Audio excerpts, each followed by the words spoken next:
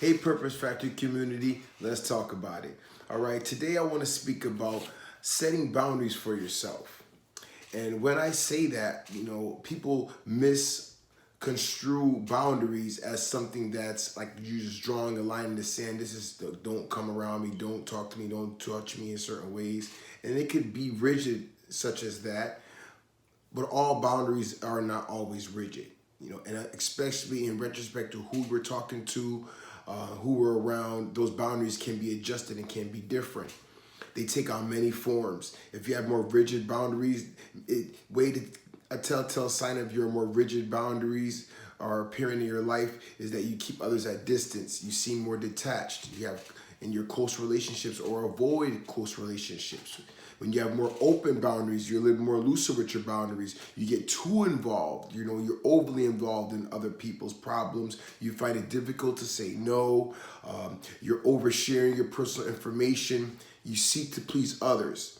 So setting healthy boundaries is when you kind of meet in the middle of both those. You can share your personal information with others in retrospect to what's conducive to the benefit of you. You don't want to give away too much and you don't want to hold in too much. You find that balance. You value your own opinions. You accept when others tell you no, because you can also see their boundaries and see where they may not feel comfortable doing certain things. But being able to set certain boundaries in a physical, sexual, intellectual, emotional, and financial way, all those different areas are important to address in our own lives. We have to look at all those different areas and set boundaries in them all to have a balanced life, and how we look at ourselves in comparison, and how we deal with others and how they look at us also, and how we accept that. And what do we accept from people? What is enough? What is your cutoff points? That's what we want to understand about boundaries today. And I think that's important as we move through and just find our mental and emotional balance in life.